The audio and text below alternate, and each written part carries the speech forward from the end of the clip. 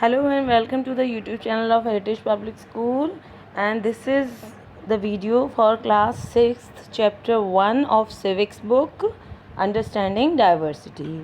So I have already started this chapter and this is another part of the video. So we will discuss, मैंने आप लोगों को first videos में बताया था डाइवर्सिटी क्या है उसके बारे में, और हम किस तरीके से डिफरेंट एक दूसरे से हो सकते हैं, डिफरेंट होकर भी यूनाइटेड, इस टाइप की बातें मैंने आपको अपनी पिछली वीडियोज़ में बताई हैं. And today we will move ahead with some new topics and some new points of diversity. Okay, so let's start. तो अब यहाँ पर हम बात करेंगे बेटा कि जैसे ये डाइवर्सिटी जो हम समझना चाह रहे हैं एक बड़े स्केल पर, तो वो इतनी यहाँ तक तो हो गई कि हम एक दूसरे से भिन्न होते हैं, कल्चर में भिन्न हैं या रिलीजन में भिन्न है या किस तरीके से अलग अलग हैं. बट ये चीज़ों की शुरुआत कहाँ से हुई? इवन यहाँ पर ये बात हो रही है कि कम से कम ये ट्रेन और एरोप्लेन्स वगैरह चलने से 2-2.5 साल पहले की जो लाइफ रही होगी उसकी बात कर रहे हैं. तो उस समय क्या था, मीन्स जब एकदम शुरू में जब कोई मीन्स ऑफ ट्रांसपोर्ट वगैरह नहीं थे, तब ह्यूमन किस तरह ट्रैवल करता था. आप लोगों ने हिस्ट्री में भी ये चीज़ें पढ़ी हैं. तो उस तरह क्या होता था कि because they have to travel a long to get a new place. तो क्या होता था, पैदल पैदल इंसान चलता था, जगह जगह होता हुआ जाता था, उसकी जर्नी काफ़ी लॉन्ग होती थी. कहीं कुछ खाने को मिला तो उसने खा लिया, कहीं रहने के लिए जो शेल्टर मिला वहाँ रह लिया. इस तरीके से होते होते जो ह्यूमन है वो बहुत जगह पर होता हुआ गया. तो जितनी जगह वो होता हुआ गया वहाँ उसे सब चीज़ें थोड़ी थोड़ी सी चेंज मिलती हैं. तो जो चेंज होते हैं वो चेंजेस जो हैं वो टाइम टू टाइम वो और चीज़ें बढ़ती चली गई.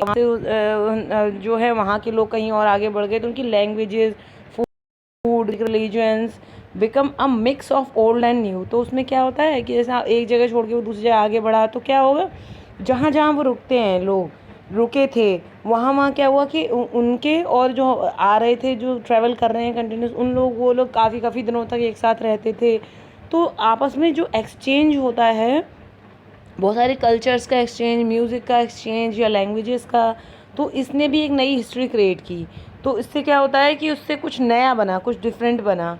तो इस टाइप की जो है ऐसे प्लेसेस जो है काफ़ी हिस्ट्री में आपको देखने को मिलेंगे, ट्रेसेस. तो चीज़ें यहीं से स्टार्ट हुई कि diversity also comes about when people adapt their life to the geographical area in which they live. For example, lying near the sea is quite different from living in a mountain area. तो यानी यहाँ पर बात ये हो रही है कि ये डिफरेंस कैसे आया. डिफरेंस काफ़ी हद तक आपकी जियोग्राफिकल कंडीशंस जो होती हैं, जहाँ पर हम रहते हैं वहाँ रहने के हम हैबिचुअल हो जाते हैं. तो उस तरीके से फिर हमारा जो कल्चर है, रहन सहन का तरीका है, हमारी हैबिट्स हैं, फूडिंग हैबिट्स हैं, ये सारी उस पर डिपेंड हो जाती हैं. तो वो जो है वो हमें डाइवर्स कर देता है किसी और दूसरी जगह के जो ह्यूमंस हैं उनसे. जिस तरह एक मान के चलिए लद्दाख, यहाँ पर आपकी बात है, दो बताई जा रही है. एक तो लद्दाख जो है, लद्दाख में एक डेजर्ट है, ठीक है, जो eastern part of Jammu Kashmir की तरफ पड़ता है. तो वहाँ पर बहुत थोड़ा सा एग्रीकल्चरल है, ज़्यादा पॉसिबिलिटीज़ एग्रीकल्चर की नहीं है वहाँ. तो वहाँ पर क्या होता है कि जो कुछ भी वहाँ पीने वीने के पानी तक, लद्दाख की लाइफ जो बहुत टफ़ है, लद्दाख के लोगों की लाइफ आप लोग सुनते भी होंगे, टीवी वगैरह में कोई प्रोग्राम्स में भी बताते हैं. तो इतनी ज़्यादा टफ़ है क्योंकि वहाँ पे क्या है, वहाँ पर हर चीज़ जमी हुई है, बर्फ़ जो है एकदम जम जाती है. तो वो लोग समझो कि पीने के पानी के लिए भी जो है स्नो को मेल्ट करते हैं, तब जाके उस पीने के पानी को समर मंथ्स में जो है स्टोर करते हैं, तब उसका यूज़ करते हैं. तो people here keep sheep and goats. यहाँ के लोग जो हैं क्या करते हैं, रियरिंग करते हैं शीप और गॉड्स की. तो the goats in this region are special because they produce pashmina wool. अब ये आपने पश्मीना शॉल्स के बारे में सुना होगा, कश्मीर में बहुत फेमस है पश्मीना शॉल्स. तो ये जो है लद्दाख और कश्मीर, जम्मू कश्मीर, इन सब में यहाँ पर बनाई जाती हैं. ये एक तरह से उनका एक क्या कहना चाहिए, ऑक्यूपेशन भी है वहाँ के लोगों का, क्योंकि ज़्यादा वहाँ पे पॉसिबिलिटीज़ तो है नहीं है काम धंधे वगैरह व्यवसाय की. तो लोग घर पे ही पश्मीना शॉल्स की बुनाई वगैरह ये सब करते हैं. यहाँ पर आपको आगे मैं दिखाऊंगी, उसका डायग्राम भी दे रखा है उन्होंने. तो ये जो वहाँ पर क्या चीज़ होता है कि पश्मीना शॉल्स जो है वो वहाँ पर बुनी जाती हैं हाथ से। इसकी पश्मीना शॉल्स की ये पहचान है, बहुत सॉफ्ट, हल्की, एकदम रेशमी होती हैं और बहुत गर्म होती हैं। इतनी लाइट वेटेड होती हैं कि आपकी जो फिंगर वाली रिंग होती है, ये इस रिंग में से पूरी की पूरी शॉल आप निकाल सकते हैं। ये उसकी खूबी बताते हैं वहाँ पर जो लोग सेल आउट करते हैं उसे। और यहाँ के लोग क्या खाने पीने के लिए वो लोग जो हैं मीट और मिल्क प्रोडक्ट्स जो है, चीज़, बटर, ये सब सारी चीज़ें जो है, ये सब गोट और काउज जो थोड़ी बहुत हैं, और याक होते हैं। तो याक जो हैं ये यहाँ का मेन जो है एनिमल है। इसके ऊपर डिपेंड होता है वो हर तरीके के खान पान के लिए, ठीक है। तो मीन्स उनकी लाइफ उससे बंध के रह गई है। और it was good considered a good trade route as it has many passes through which caravans traveled to what is today called Tibet। अच्छा, तिब्बत के जाने के लिए, तिब्बत जो है आपको वहाँ जाने के लिए लद्दाख होते हुए गुजरना पड़ता है। तो वहाँ पर जो है ये सारी चीज़ें जो बाहर से लोग आते जाते हैं तो कारवांस वगैरह से, तो ये सारी चीज़ें जो हैं वो जब जो लोग वहाँ आते हैं तो टूरिस्ट समझ लीजिए एक तरह से, तो इनकी जो भी पश्मीना शॉल्स वगैरह इन सब का ट्रेड जो है ना, वो ट्रेड इसी के ज़रिए जो है आगे बढ़ता है। तो जैसे कि these कारवांस carry textiles and spices, raw silk and carpets. तो यहाँ पे कारपेट्स की बुनाई भी होती है। रॉ सिल्क, कच्चा वाला सिल्क जो होता है, जो हम ये रेशम जो होता है, उसकी बुनाई लद्दाख में बहुत, मतलब इन सब चीज़ों का सेंटर है लद्दाख। तो ये बता रहे हैं कि इनके पास सिर्फ यही ज़रिया है, तो इनकी लाइफ बाकी लोगों से काफ़ी हद तक बहुत डिफरेंट है। यहाँ पे देखिए एक डेजर्ट दे भी रखा है, माउंटेन है, एक dry barren landscape of Ladakh. Ladakh में से सूखे टीले टाइप के जो हैं डेजर्ट के, वो बने हुए हैं ये। तो बुद्धिज़्म की बात करें, बुद्धिज़्म जो है वो तिब्बत पहुंचा था लद्दाख के द्वारा। तो वहाँ का जो रिलीजन फॉलो करते हैं, इस्लाम और बुद्धिज़्म, ये चीज़ें जो है काफ़ी समय से लद्दाख में यही धर्म जो है, रिलीजन जो है वहाँ पर माना जाता है, ठीक है। तो क्योंकि वहाँ वो लोग ज़्यादा और लोगों से घुलते मिलते भी इतना नहीं हैं, तो जो चीज़ें वहाँ होती हुई खुद गुजरती हैं उनका इम्पैक्ट उनकी लाइफ पे पड़ता है। अब ऑन दी अदर हैंड, अभी हमने बात की लद्दाख की, जो एक ड्राई एरिया डेजर्ट है और प्लस वहाँ स्नो वगैरह, ठंडक भी बहुत रहती है। अब दूसरी हम क्या बात करें किस तरह डिफर है, ये देखिए अब केरला। अब यहाँ केरला की बात, केरला जो है, केरला बहुत वेल नोन जो है आपका स्टेट है आपका साउथ वेस्ट का, ठीक है। और आपको पता है कि पूरा सराउंडेड है सी से, यानी समुद्र से, हिल्स भी हैं यहाँ छोटी, और नंबर ऑफ स्पाइसेस का तो ये सबसे बड़ा केंद्र है मसालों का। जितने मसाले पूरे इंडिया में जो जाते हैं, इंडिया से बाहर भी जाते हैं, वो सारे यहाँ पर उगाए जाते हैं, जैसे क्लोव्स, कार्डामम्स वगैरह, ये सब चीज़। तो यानी इनका ये ट्रेड जो है यहाँ से स्टार्ट होता है केरल।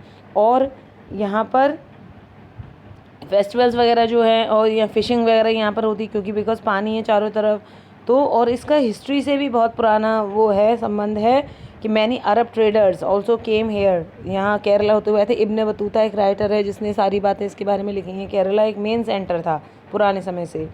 और यहाँ पर क्या पोर्तुगीज़ वगैरह जो हैं, इन्होंने जो पानी के रास्ते, जो इंडिया जाने का रास्ता यूरोप से निकाला था, वास्को डी गामा ने, वो भी यहाँ पर ही अपनी जो शिप्स वगैरह हैं यहाँ से होते हुए, ठीक है, और यहीं पर उन्होंने लैंड की। तो ये सारी चीज़ें जो हैं यहाँ, because of all various historical influence, people in Kerala practice different religion. अच्छा, यहाँ क्या कई तरह के लोगों का इम्पैक्ट आ रहा है, हिस्ट्री बताती है। तो यहाँ पर कितने तरीके के रिलीजन्स फॉलो होते हैं, जुडाइज़्म, इस्लाम, क्रिश्चियनिटी, हिंदुज़्म, बुद्धिज़्म, ये सब कुछ यहाँ पर आपको मिलता है, ठीक है। बुद्धिज़्म का भी एक बड़ा सेंटर रहा है केरला। तो और यहाँ पर ये देखिए, ये आपको बोट रेस जो है ये होती है यहाँ। ओनम फेस्टिवल सेलिब्रेट करते हैं, तो ये पूरी इतनी बड़ी बोट होती है, इसमें इतने लोग मिलके इसको चलाते हैं, इसकी रेस होती है यहाँ पर, ठीक है। और यहाँ चाइनीज़ फिशिंग नेट्स का यूज़ करते हैं ये लोग फिशिंग करने के लिए। तो यानी ये बिल्कुल डिफरेंट है। अब यहाँ पर क्या है, while Kerala and Ladakh are quite different in terms, ये जोग्राफिकल फीचर्स तो इनके बिल्कुल डिफरेंट हैं ही हैं। History of both regions has been similar cultural influence, लेकिन हिस्ट्री जो है वो सेम बताती है इनकी। Both regions were influence by Chinese and Arab traders, है ना। और जोग्राफिकली तो ये डिफरेंट है, लेकिन हिस्ट्री के थ्रू देखा जाए तो ये काफ़ी एक जैसे हैं, ठीक है। अब आगे बढ़ते हैं, यही सब चीज़ें थी। यूनिटी इन डाइवर्सिटी, अब यूनिटी इन डाइवर्सिटी क्या है, ये लाइन मैंने आपको स्टार्टिंग में भी बोली थी वीडियो में। यूनिटी मीन्स होती है एकता, एकजुट होना, संगठित होना। डाइवर्सिटी मीन्स होता है अलग अलग होना। तो दोनों अपोजिट वर्ड्स हैं देखा जाए, लेकिन दोनों वर्ड्स अपोजिट होते हुए भी इंडिया के केस में दोनों वर्ड साथ साथ आते हैं। ठीक है, आप इस बात को अग्री करेंगे। India's diversity has always been recognised as a source of its strength. Bharat की जो विभिन्नता है, भारत का जो कल्चर अलग अलग जगह पर, अलग अलग एरिया में अलग अलग तरीके का, कितने तरह के कलर्स हैं, कितने तरीके के रिलीजन्स हैं, कितने फेस्टिवल्स हैं, ये मैंने आपको पहले भी बताया था।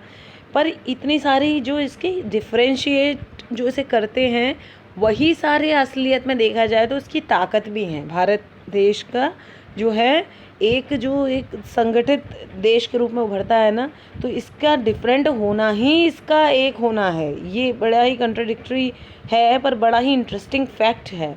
ठीक है, सो ये आप इसके बारे में मैं आपको ये बताऊंगी। एक यहाँ पर एक कविता दी गई है। ठीक है, तो ये भी यहाँ पर ये जो एक पोएम दी गई है, ये पोएम तब की है जब जो है फ्रीडम फाइटर्स फाइट कर रहे थे अंग्रेज़ों के हाथ चंगुल से अपने देश को निकालने के लिए। तो ये किसने लिखी, राइटर ने इंडियन पीपल्स थिएटर एसोसिएशन से ये हमें मिली है। इसके राइटर का ठीक से नेम शायद पता नहीं है। तो उसमें don't forget the days of blood O friend, in the midst of your happiness remember to shed a tear for us. तो ये वीरता भरी, बहादुरी वाली जलियांवाला बाग का इसमें उन्होंने कर रखा है। हिंदू मुस्लिम्स की एकता को उन्होंने दिया है जोर। तो यानी कि ये बताया गया कि आप डिफरेंट होते हुए भी आपके अंदर कितनी ताकत है, उस ताकत को पहचानो और इस दुश्मन को यहाँ से निकाल कर बाहर भगाओ। इस तरीके की वीरता भरी एक कविता को शो किया गया, जो कि हमें बताती है कि हम पुराने समय से डिफ़र होते हुए भी, हम लोगों की ताकत ही यही है कि हम डिफरेंट होते हुए भी एक हैं। ठीक है, तो अगर ऐसा ना होता तो हम अंग्रेज़ों को निकाल पाने में कभी हम लोग कामयाब नहीं होते। अब यहाँ देखिए, यहाँ एक पिक्चर दे रखी है, बहुत ओल्ड पिक्चर है, बहुत पुरानी पर बड़ी ही special. Pandit Jawaharlal Nehru delivering an independence day speech. यहाँ पंडित जवाहरलाल नेहरू, आपको शायद इसमें ना दिख रहे हो, मैं शो करती हूँ। ये पंडित जवाहरलाल नेहरू खड़े हुए हैं। ये पहली बार इन्होंने अपने आज़ाद देश भारत जो था उसका ये फ्लैग यहाँ पर दिख रहा है आपको, तिरंगा हमारा, ये तिरंगा दिखाई दे रहा है। तो इसको होस्ट किया था, फिर यहाँ से पहली बार उन्होंने खड़े होकर यहाँ पर भाषण दिया था। तो अपने ये इनका बड़ा ही यादगार स्पीच थी। तो इस स्पीच में कितने स्ट्रगल जो है फ्रीडम फाइटर्स ने, हमारे देश के लोगों ने, जनता ने बहुत कुछ सहा। ये सब आप हिस्ट्री में पढ़ेंगे, जानेंगे। तो उसके बाद जो है इन्होंने, नेहरू जी जब जेल में थे तो उन्होंने एक बुक लिखी थी अपनी। इस बुक का नाम था डिस्कवरी ऑफ इंडिया। ये बड़ी फेमस बुक है जवाहरलाल नेहरू की। डिस्कवरी ऑफ इंडिया में कुछ शब्द नेहरू जी ने बोले हैं जो बड़ी हार्ट टचिंग हैं। ये हमारे पूरे देश को एक दो लाइंस में ही डिफाइन कर देते हैं। हमारी पूरे देश की जो उसकी एक बेस है, आधार है। तो देखिए, ध्यान से सुनिए। It was something deeper and with in its toll. ये बड़ा ही डीपर है और इसको बताना बड़ा मुश्किल है। The wildest tolerance of the belief and custom was practised and every variety acknowledge and even encouraged. यानी हमारी जितने भी डिफ्रेंशिएट जो भी चीज़ें हमें करती हैं, वो हमारी अलग अलग होने के बाद भी जो है वो हमें एनकरेज करती हैं एक साथ होने के लिए। ठीक है, पंडित जवाहरलाल नेहरू अपने देश के बारे में ये बात कह रहे हैं और फिर उन्होंने ये कहा है, who coined the phrase unity in diversity to describe the country. यानी ये जितने भी विभिन्नता, जितना कुछ भी हमने सहा है और जितने भी तरीके की बिलीफ और कस्टम हम प्रैक्टिस करते हैं, ये सारे के सारे जो हैं, अगर आप इसको कॉइन को टर्न करें तो आप ये चीज़ समझेंगे कि ये जो आपको अलग अलग दिखाई दे रहे हैं ना, जितने भी आपको, ये सारी है अपने देश को डिस्क्राइब करने के लिए, हमारे देश को एक शब्द में मैं कहूँगा, यूनाइटी इन डाइवर्सिटी। यानी कि विभिन्नता होते हुए भी ये हमें एक बनाते हैं। सो ये चीज़ें जो है आपकी, जो इसमें देखिए एक आपका एक पॉइंट भी रखें, India's national anthem compose bye Rabindranath Tagore. ये सब आप बच्चे सभी जानते हैं इस चीज़ को। Is another expression of the unity of India. आप इसमें ध्यान से पढ़ें, समझें इसको, तो आप ध्यान देंगे कि हमारा पूरा जो नेशनल एंथम है वो भी शो करता है कि हम अलग अलग जगह से आते हैं, इतने भिन्न होते हैं, उसके बाद भी जब देश की बात आती है, अपने देश के सम्मान की, मातृभूमि की बात आती है, तो ये जो विभिन्नता है यही एकजुट हो जाती है और अपने देश की ताकत बन जाती है। और मैं आप सब बच्चों को यही समझाऊंगी कि इस यूनिटी को हमेशा बने रहने देना है। हम सबको हर प्रयत्न करने हैं, हर कोशिश करने हैं, ताकि हम जो अपना हमारे देश का कल्चर है, हमारे देश का गौरव है, जो हमारे देश की शान है, पहचान है, वो कभी भी धूमिल ना होने पाए। तो चलिए बेटा, ये अब आपका चैप्टर यहाँ फिनिश होता है और अपना ध्यान रखिए सब सारे बच्चे। ये बहुत ही मुश्किल समय है। Stay at your home and stay safe. Okay, bye bye.